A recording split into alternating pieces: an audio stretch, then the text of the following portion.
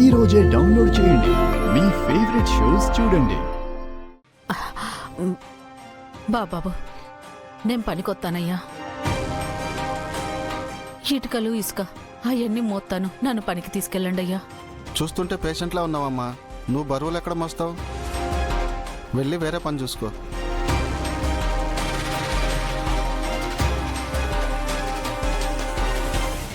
కూతుర్ని డబ్బులు అడగడానికి నామోషి అయి పని కోసం రోడ్డెక్కిందన్నమాట. నేను చెయ్యాలనుకున్న పని ఇంత ఈజీగా అవుతుందని అనుకోలేదు.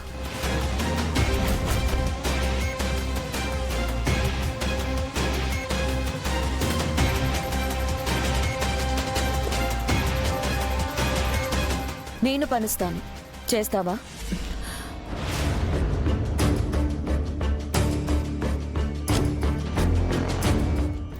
అయినా బాక్సింగ్ ఛాంపియన్కి కన్న తల్లివి, నీకు కూలి పని చేసుకునే కర్మేంటి? ఓ, అర్థమైంది.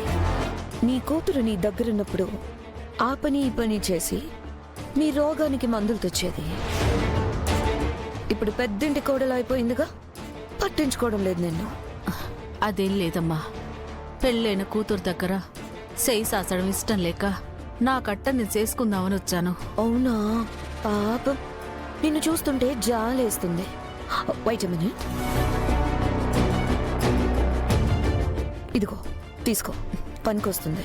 ఇలా చేయి సాసేదాన్నైతే పని కోసం వచ్చేదాన్ని కాదమ్మా.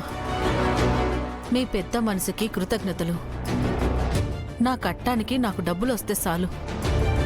అయినా మీ ఇంట్లో పనోళ్ళున్నారు కదమ్మా, మీరు నాకు పనివ్వడం ఏంటమ్మా?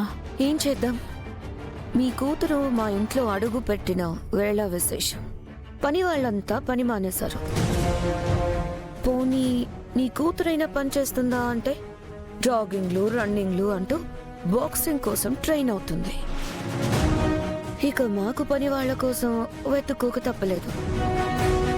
అసలే ఇవాళ ఇంట్లో సత్యనారాయణ స్వామి వ్రతం నీ కూతురు చేతుల మీదుగానే జరిపిస్తున్నారు. అవునా? సాను మంచి మాట చెప్పారమ్మా. కానీ జరుగుతుందో లేదో డౌటే. ఎందుకంటే పనోళ్ళు లేకపోతే ఎవరు చేస్తారు చెప్పు? అయ్యో, వ్రతాన్ని ఆపకూడదమ్మా. కావాలంటే నేనొచ్చి పనిచేస్తాను. చచచా, ఆ ఇంటి వెయ్యపురాలు హోదా నీది. నువ్వు పనిచేస్తే బాగోదు. నీ కూతురు చూసిందంటే బాగుండదు. వద్దులే. మా గంగ తెలియకుండా చేస్తానమ్మా. మీరు చెప్పకండి. అలా అంటావా? అయితే సరే, నీకు కూడా 4 రూపాయలు ఇస్తానులే. నేను ఊరికే చేయించుకోను. కానీ పెద్దమ్మ గారికి తెలిస్తే? నీ కూతురికి తెలియకుండా మేనేజ్ చేసినట్టే అత్తయ్య గారికి కూడా తెలియకుండా మేనేజ్ చేయాలి. తెలిసినా కూడా పర్లేదులే. నీ కూతురు చేయాల్సిన పని నువ్వు చేస్తున్నావు అనుకుంటుంది, అంతేగా? సరే పదండమ్మా, వెళ్దాం.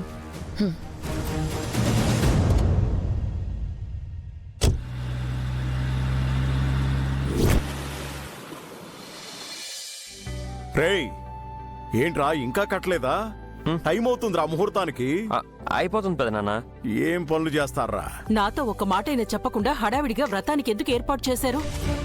ఇంట్లో చికాకులు చిరాకులు పోవాలంటే కొత్త దంపతులతో వ్రతం చేస్తే మంచిదనిపించింది, ఏర్పాటు చేశాను. ఇంటికి మంచి జరగడం నీకు ఇష్టమే కదా. అలాంటప్పుడు నీతో చెప్పి చేస్తే ఏంటి, చెప్పకుండా చేస్తే ఏంటి? ఎదుటి వాళ్ళకి మాట్లాడే అవకాశం ఇవ్వకుండా మీకు తోచింది చేయటం, మాట్లాడడం బాగా నేర్చుకున్నారు. నిన్ను చూసే నేర్చుకున్నానులే. శుభ్రంగా వ్రతం చేస్తుంటే మనం వాదించుకోవడం ఎందుకు? చూడు, పో ఏర్పాట్లు చూడు పో. మాకు తెలుసు. మాకు తెలుసు.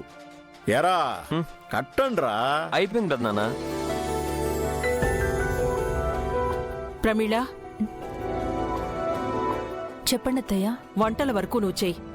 స్వామివారికి చేసే నైవేద్యం ఆ గంగం చేయమని చెప్పు. Sister, small doubt. I marry so many years back. Now still, నాకే దట్ స్వామి ప్రసాదం మేకింగ్ తెలీదు. How making that to Ganga? How? అది కూడా నిజమే. పూట గడవడానికి గంజి కాసుకొని తాగేవాళ్లకి ప్రసాదాల గురించి ఏం తెలుస్తుంది? నేను నైవేద్యం చేస్తానమ్మగారు.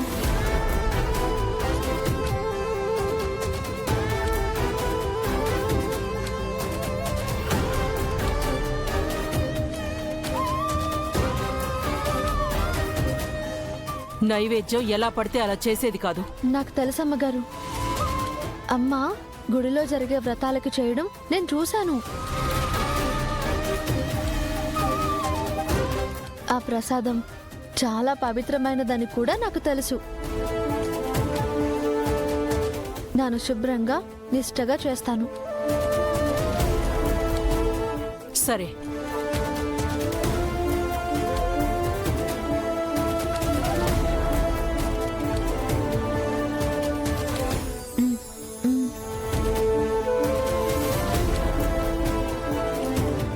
మరి అక్కడికెళ్ళి కావలసిన ఏ గోపి, ఇషిక, ఇంట్లో వ్రతం ఏర్పాటు చేశారని తెలుసు కదా, ఎక్కడికి వెళ్ళావమ్మా?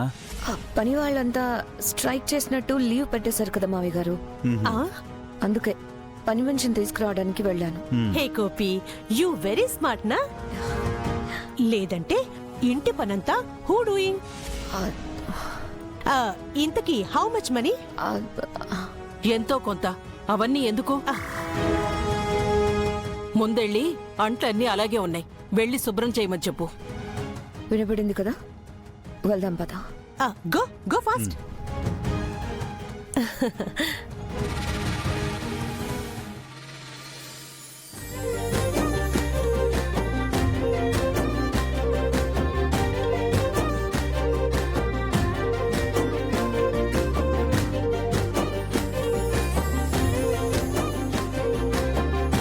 అయ్యా, పూజకంతా సిద్ధంగా ఉంది. దంపతులను వచ్చి పీటల మీద కూర్చోమని చెప్పండి. అమ్మా గంగా, త్వరగా రామ్మా.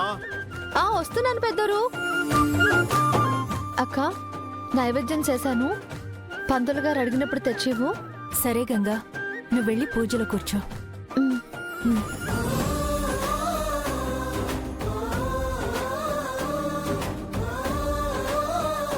అక్క, పని మనిషి.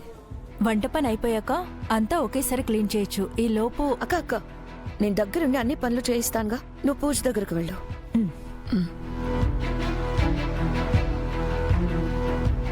లచ్చమ్మ, నువ్వు వెళ్ళి బట్టలు ఉతికిన తర్వాత గిన్నెలు కడుగుదు గాని.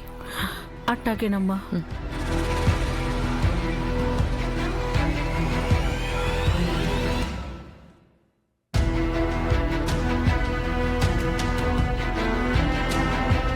ఇషిక, ఏదో ప్లాన్ చేస్తానని వెళ్ళి పని మనిషిని తీసుకొచ్చావేంటి? పని మనిషి నా ప్లాన్ బ్రో. వాట్? ఒకసారి వచ్చి చూడండి.